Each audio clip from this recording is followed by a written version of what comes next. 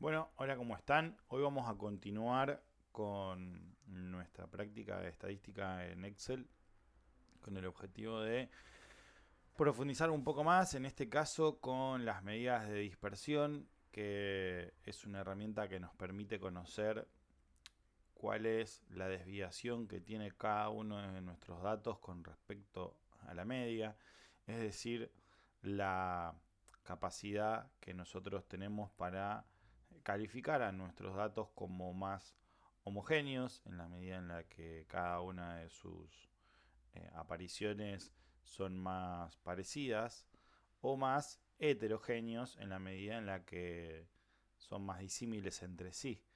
No es lo mismo un grupo donde todos tienen la misma edad y el promedio es igual a la edad de todo ese grupo, que un grupo donde existen edades muy distintas, como por ejemplo una familia, donde seguramente los chicos tengan una edad menor de 18 años y los padres estén cerca de los 30 y también está el abuelo o la abuela, ¿no? Y hay una variedad que tal vez nos permita calcular un promedio cerca de la edad de los padres, pero que en realidad tiene muchas representaciones, tiene muchas valores distintos en la medida en la que uno recorre cada uno de los casos. Entonces, si bien tal vez obtenemos un promedio similar en cada uno de estos grupos, la realidad es que vamos a encontrar gran variabilidad. Justamente esta, este efecto que tiene el promedio de homogeneizar todos los valores por más distinto que sean en una sola medida, dando a entender que todo confluye en ese valor. Bueno, las medidas de dispersión los que nos permiten es develar ese misterio, eliminar esa interpretación tan simple y volverlo un poco más compleja agregando algo de información. Es decir, sí, por ejemplo, en el caso de los datos que nosotros habíamos trabajado, sí, el promedio, en este caso de esta serie, que nosotros veníamos viendo en ejemplos anteriores, es 70,91. Pero así como el promedio anda cerca de esta zona, hay valores en un extremo y hay valores en otro, en los cuales hay una distancia importante, ¿no? Digo, entre 58 y 85 tenemos una distancia que es considerable. Las medidas de dispersión nos van a permitir ver eso. En este caso, si nosotros trabajáramos con la serie de datos completa, lo que deberíamos hacer es primero calcular el promedio, que es algo que nos va a servir para más adelante. Recordemos que esto lo podemos hacer con la función promedio. En este caso yo tenía seleccionado el rango particular, pero puedo elegir toda la columna por si fuera a agregar algún dato más. Y ahí tenemos nuestro promedio. Ahora bien, para calcular la desviación estándar, hay una función que se llama desbest. Esta es la función original, pero que en las versiones más actuales de Excel agregaron una que es .p y para la desviación estándar poblacional y otra que es .m para la desviación estándar muestral. La muestro acá. Desbest es esta de acá, .m, y lo que tengo que hacer es seleccionar toda la serie de datos y le doy enter. Como verán, son números muy similares, porque recuerden que entre la fórmula de la desviación estándar eh, poblacional, que es esta que tenemos acá, y la muestral, ¿sí?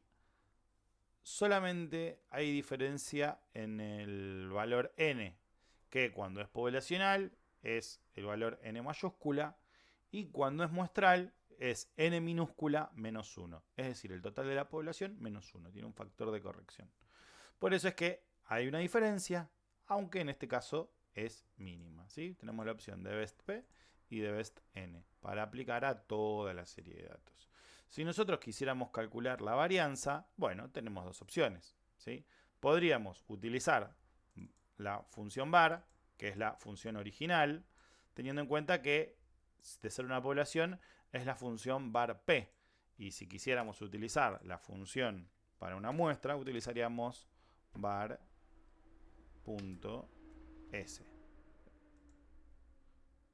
¿Ve? Que dice calcula la varianza en función de una muestra.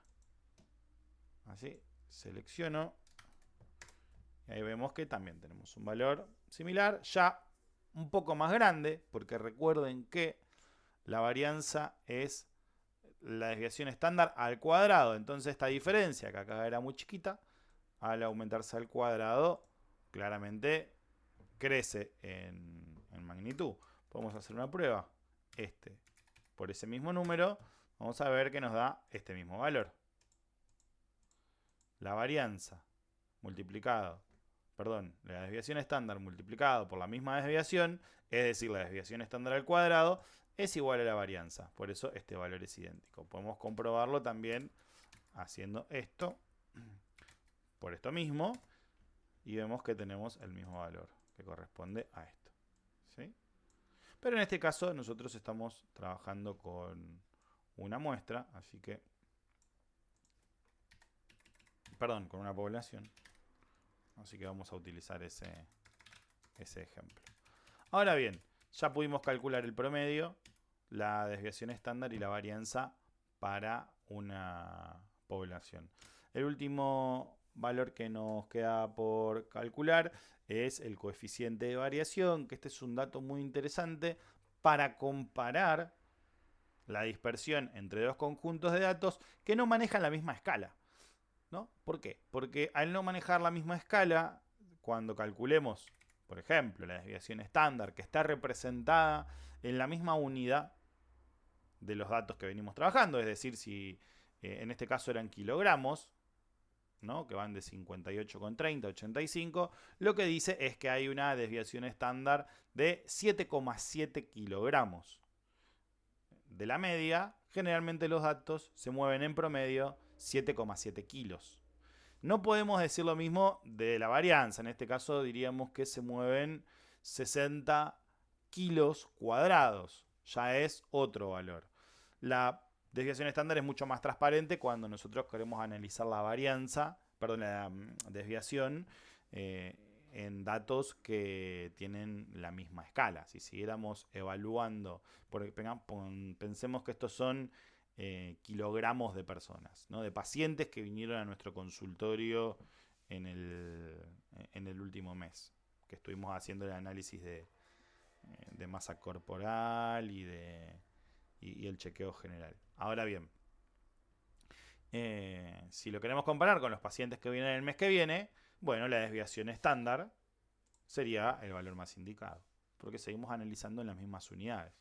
Kilogramos de personas adultas, por ejemplo.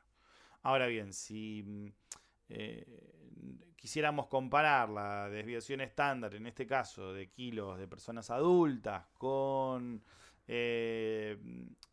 cantidad de alimento la desviación que pueden tener en la cantidad de alimento que ingirieron, o con cualquier otro elemento que esté en otra escala. Por ejemplo, si comparáramos salarios en pesos con salarios en dólares, que manejan escalas distintas, o en reales, ¿no? Si estuviéramos haciendo un estudio de Latinoamérica, ¿no? O si quisiéramos comparar la imagen positiva de gobiernos que están en países distintos, con cantidad de habitantes diferentes, con aglomerados urbanos distintos. Bueno, en ese caso se nos queda corta la desviación estándar porque utiliza la escala del valor el cual está analizando. En cambio, el coeficiente de variación nos convierte esta medida a un porcentaje, a una proporción, que si lo multiplicamos por 100 se convierte en un porcentaje, el cual nos permite comparar escalas distintas. Para eso lo que tenemos que hacer es dividir la desviación estándar por la media y vamos a obtener la proporción de la desviación de nuestros datos. Si nosotros quisiéramos convertir este valor en un porcentaje, tenemos dos opciones. Lo puedo simplemente multiplicar por 100, o bien puedo aquí utilizar en la parte superior el estilo porcentual y me lo va a convertir a porcentaje. En este caso me lo está redondeando porque para llegar al 11 le falta muy poquito, 0,06 décimas. Entonces está un poquito que directamente. Yo podría agregarle, si quisiera, más decimales, si los quisiera ver, por ejemplo. Entonces, de esta manera, yo puedo tener el coeficiente de variación. En este caso, un 10% de coeficiente de variación habla de que tenemos unos datos muy homogéneos, muy parecidos entre sí. Habla de una variación muy baja. Generalmente se empieza a hablar de una variación más alta, donde los datos se convierten en más heterogéneos, entre 25 y 50, ¿no? Ya arriba de 50 son muy distintos, muy dispersos los valores. Como para tener una idea de lo que uno compara, ¿no? Entonces, si yo comparara otro conjunto de datos y en lugar de darme 11%, me daría 12, 13, yo diría que ese conjunto de datos es más disperso. A pesar de que la desviación estándar puede ser un número menor. Y viceversa, un conjunto de datos con una desviación estándar muy alta me puede dar un coeficiente de variación menor a 11. Y eso quiere decir que los datos son menos dispersos. Esto sucede porque la escala de esos valores debe ser más grande. Entonces, un poquito de variación ya da números enormes. Y a eso se debe. Ahora bien, yo esto lo he trabajado con la serie de datos completa, como vemos acá. Pero ¿qué pasa? ¿Qué pasa si mis datos están agrupados en una tabla? Bueno, voy a descomponer esta fórmula, que es la fórmula de la desviación estándar, ¿sí? La voy a descomponer en diferentes pasos.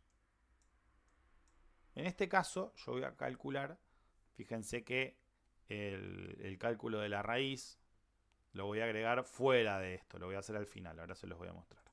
Lo primero que tengo que hacer es multiplicar la x, que en este caso es mi marca de clase, ¿sí?, por la frecuencia.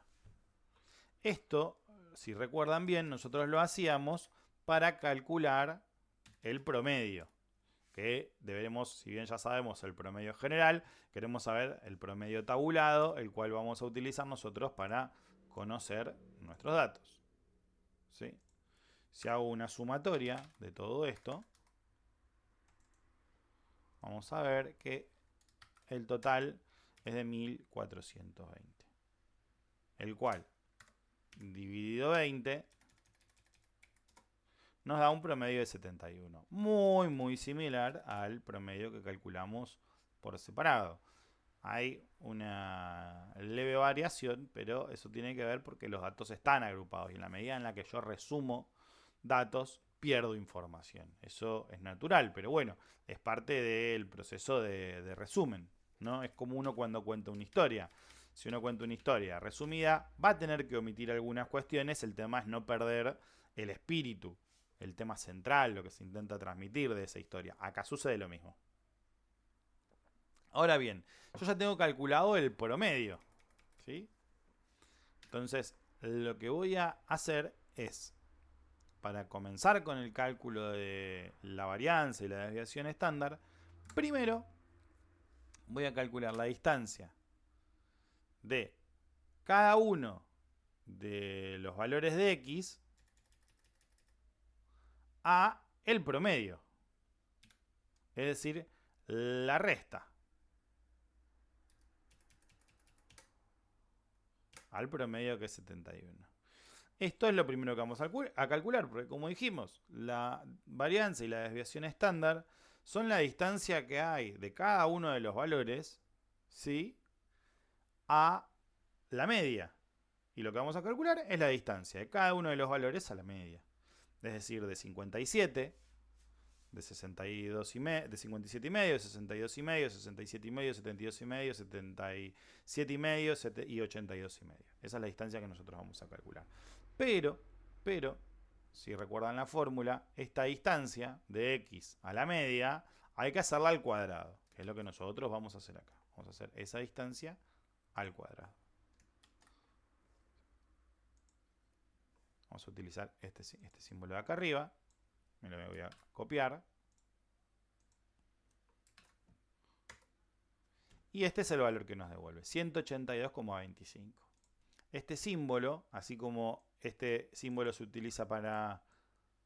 Bueno, no me lo está dejando marcar. Pero así como el menos se utiliza para restar, el más se utiliza para sumar, el asterisco se utiliza para multiplicar y la barra inclinada se utiliza para dividir, este símbolo de acá se utiliza para elevar, en este caso, al cuadrado. Yo también podría elevarlo al cubo, ¿no? Pero no tiene nada que ver con la fórmula que vamos a aplicar.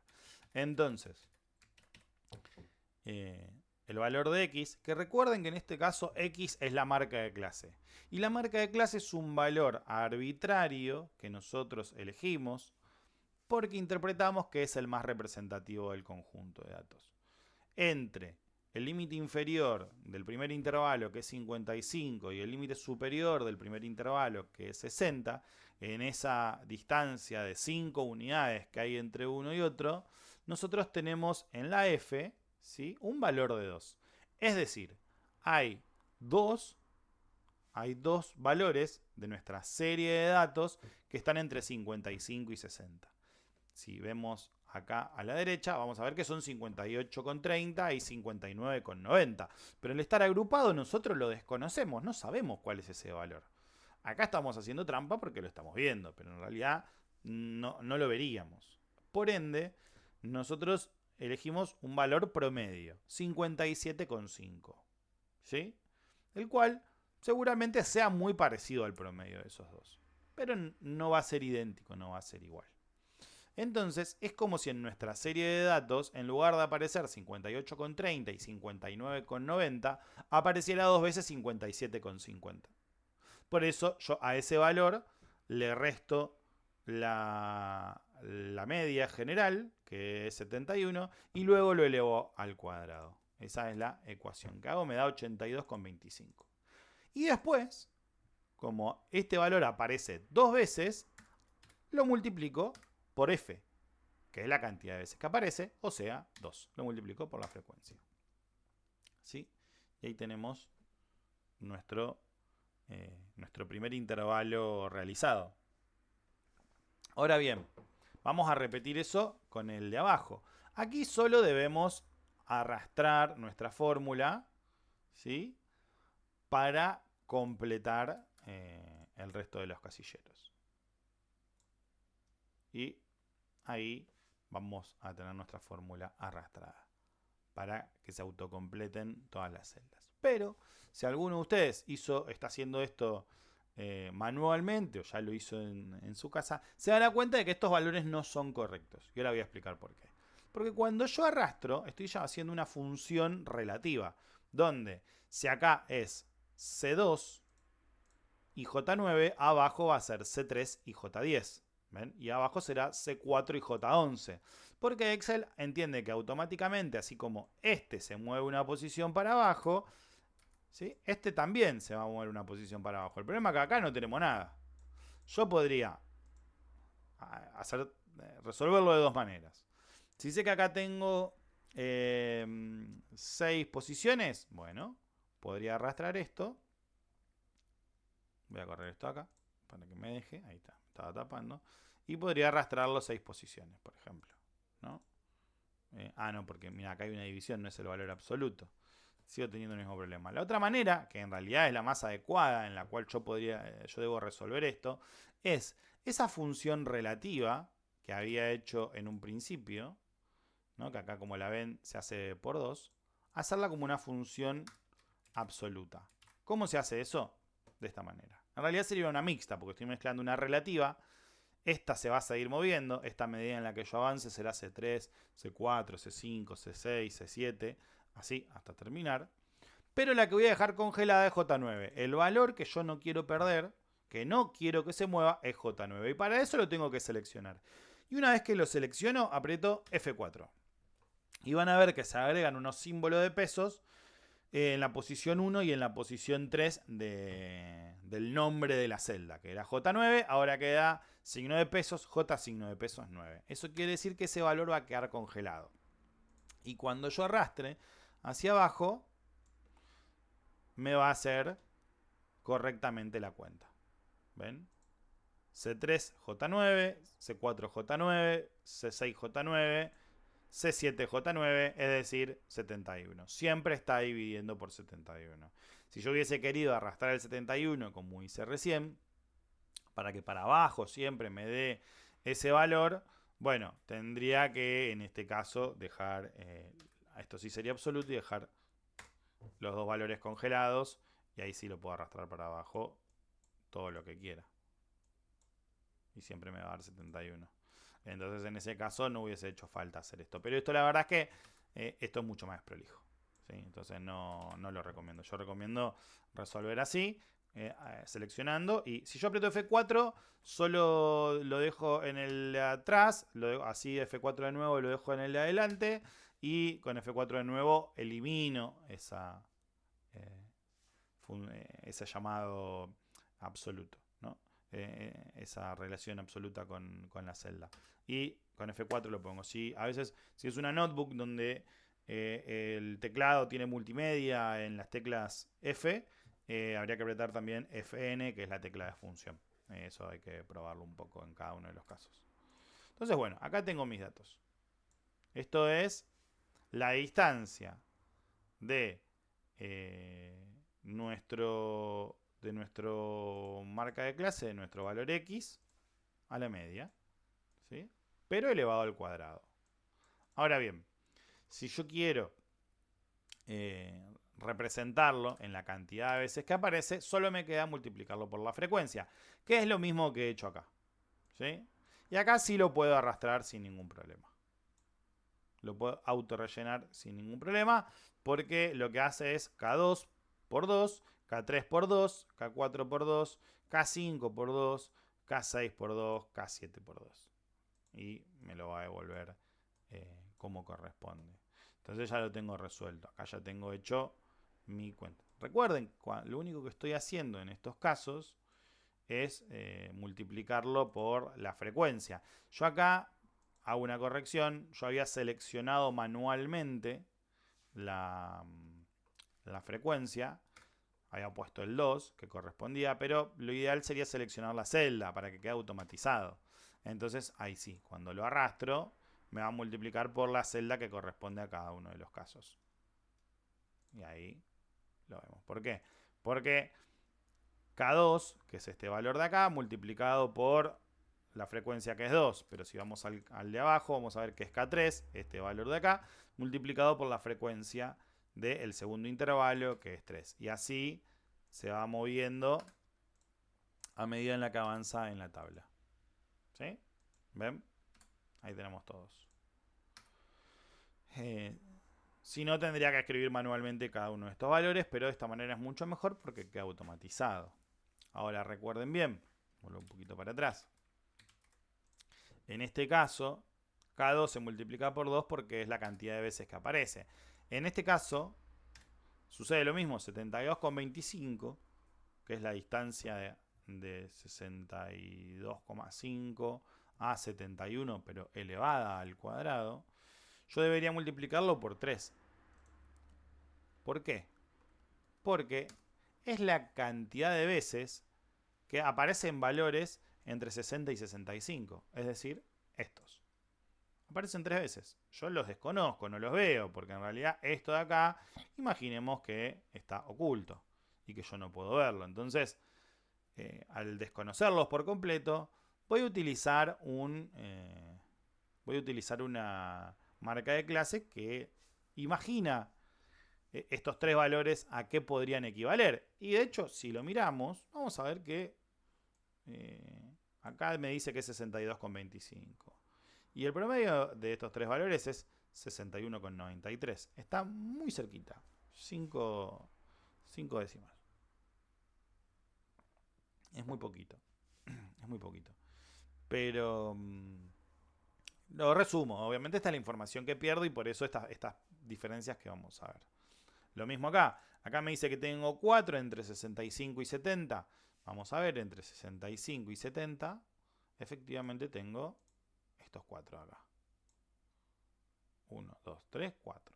Que en promedio me da 66,90. Y yo lo que digo es que son 67,50. Otra vez, unas 6 décimas de diferencia.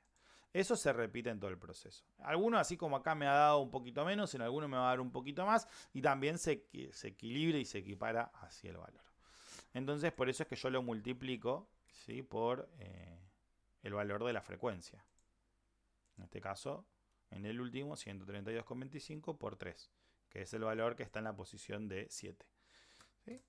Una vez que tengo esto de la última columna, ocurre lo que está acá. La sumatoria de x menos la distancia a la media al cuadrado. Es lo que he hecho hasta acá. Ahora lo único que me resta es sumarlo, porque acá, como ven, esta e invertida lo que hace, esta puntiaguda, perdón, lo que hace es relaciona referencia a la sumatoria, a que vamos a sumar todos esos valores. Yo lo único que tengo que hacer acá es traer una función suma, en la cual me sumo todos estos valores y tengo un total, que es 1205. ¿Sí? El cual, 1205, el cual yo voy a dividir en 71. Por eso es el dividido n, como ven acá abajo. Y para cerrarlo, vamos a hacer el cálculo acá, en donde dice agrupado. Voy a hacer esto, dividido el valor de n, perdón, que yo había dicho que estaba por ahí, pero en realidad está por acá el valor de n, me perdí en la hoja, acá tengo el valor de n, dividido, y me va a dar una varianza de 62,25. Lo puse un poquito arriba, perdón, 60,25. 60,25 es mi varianza. Y como ven, es muy similar. 60,23, vamos a achicarle todos los decimales para que queden todos con 2. Y vamos a ver que las diferentes formas de calcularlo, el valor es muy similar. En este caso hay solo una centésima de diferencia. Ahora bien, yo lo que quería saber no era la varianza, porque recuerden que este cálculo sin el signo de raíz es la varianza, sino que lo que estamos buscando como resultado final es la desviación estándar. Entonces lo único que tengo que hacer es a este valor que obtuve calcularle la raíz. ¿Cómo hago? Bien, tengo la función raíz, que está acá, al cual solo le puedo pasar un número, en este caso le paso el valor de abajo, y obtengo mi raíz. De nuevo, diferencias muy mínimas. De hecho, si lo redondeamos, son exactamente idénticos. ¿Sí? Este vamos a traerlo acá. Para tener el cálculo. Este, si prestamos un poco de atención, este lo multiplicamos por el mismo valor. O hacemos directamente con esto. Vamos a hacerlo al cuadrado. ¿Sí? Este al cuadrado, van a ver que nos da 60,25, que es este mismo valor de acá, ¿no? Perfecto. Y lo último que nos queda por calcular es el coeficiente de variación, el cual repetimos la lógica de la desviación estándar dividido el promedio. De nuevo nos da un valor muy similar. Si yo lo convierto a porcentaje, vamos a ver que me da 11, que era lo mismo que nos había dado acá cuando lo habíamos convertido a porcentaje, solo que le agrego algunos decimales que en el caso anterior no tenía. Hay una diferencia apenas de 2. Entonces, de esta manera nosotros podemos calcular la desviación estándar, la varianza y el coeficiente de variación en Excel, sea desde una serie de datos completa o desde una tabla agrupada, utilizando fórmulas y funciones que nos permiten automatizar el proceso de nuestros datos, porque yo podría agregar acá valores y ir adaptando nuestros resultados, y también de manera de comprobar que estos valores son correctos, porque hemos visto en las diferentes comprobaciones que los números dan como corresponden.